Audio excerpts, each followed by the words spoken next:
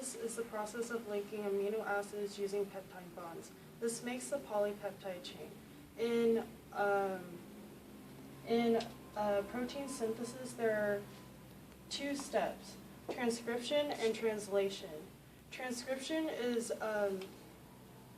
deriving DNA into mRNA sequences, and then translation is using mRNA into proteins. It's making proteins.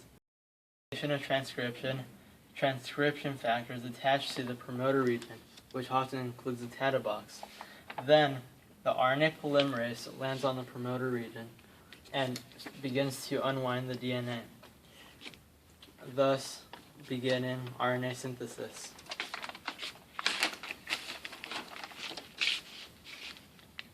In elongation of transcription, the polymerase moves down the DNA strand, and it continues to unwind the double helix of DNA while adding nucleotides in the 5 to 3 direction.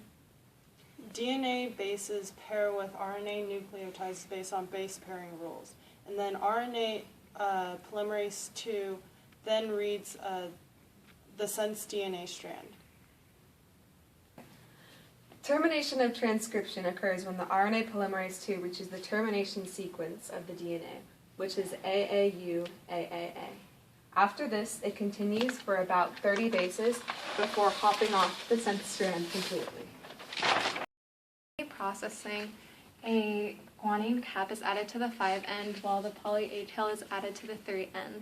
This helps protect the mRNA from degradation of hydrolytic enzymes, and they help attach ribosomes to the 5'. We're going to talk about mRNA splicing. So basically, exons code for amino acids while introns are non-coding regions. These non-coding regions are edited out by spliceosomes, which contain SNRs and other various proteins.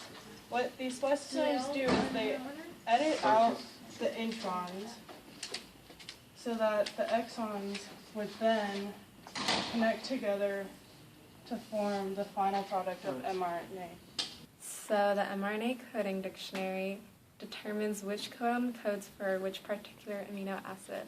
So for example, if you wanted to find what CGA was, you'd go to the first base and go to C. And then you go to the second base and go to G.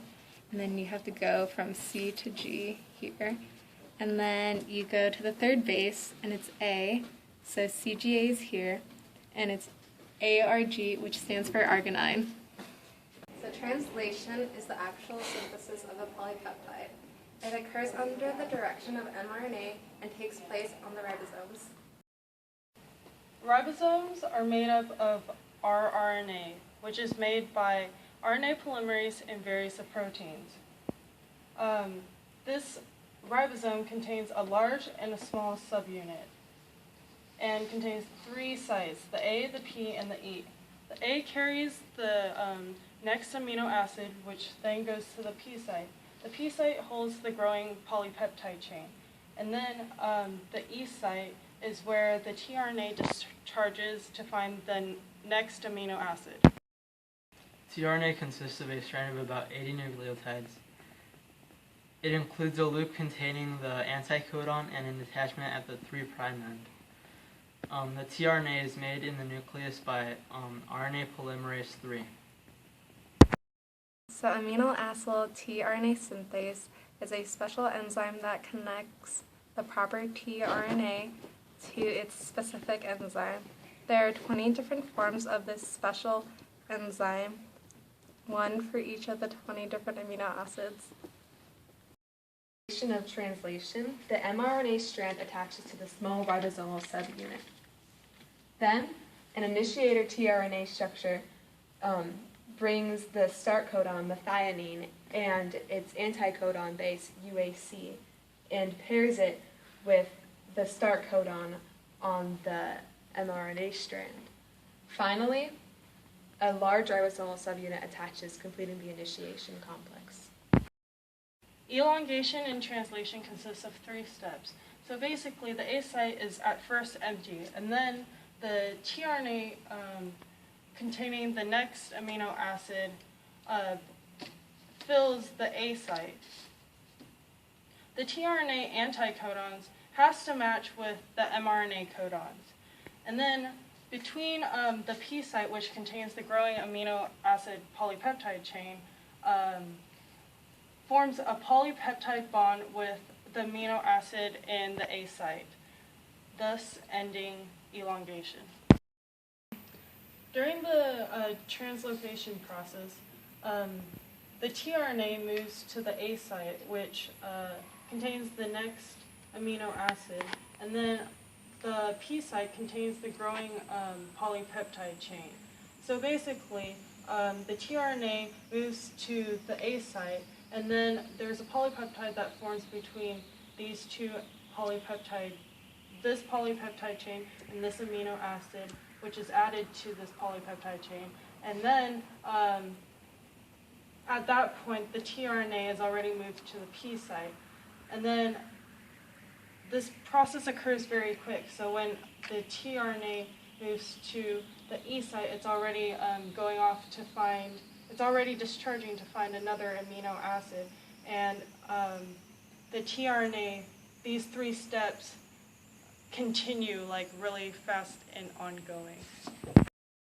So termination of translation occurs when the ribosome reaches a stop codon on the mRNA. This factor hydrolyzes the bond between the tRNA and the P site and the last amino acid at the polypeptide chain. So the two ribosomal subunits and all the components disassemble, and that's the end of termination of translation. An amino acid contains 4 parts: the central carbon, the R group, the carboxyl group, and the amino acid group. The R group determines which of the 20 amino acids the amino acid is. In the peptide bond formation, there are 2 amino acids involved, and it forms through dehydration synthesis. So basically, the rRNA acts as an enzyme that performs this dehydration synthesis between the carboxyl group of one amino acid and the amino group of another amino acid. So basically, to form the polypeptide, these 2 bind through the polypeptide bond and then excrete a water molecule. Polyribosomes consist of many ribosomes, allowing proteins to be formed quickly. Structure consists of several amino acids in a polypeptide chain. Secondary structure consists of loops, coils, and pleated sheets that are formed through hydrogen bonds between carboxyl and amino groups. Tertiary structure is a 3-dimensional form created by interactions between the R group and water.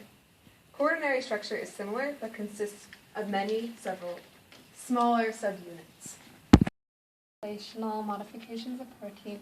After translation, polypeptide chains go under modifications, such as cutting off amino acids or adding sugars to amino acids.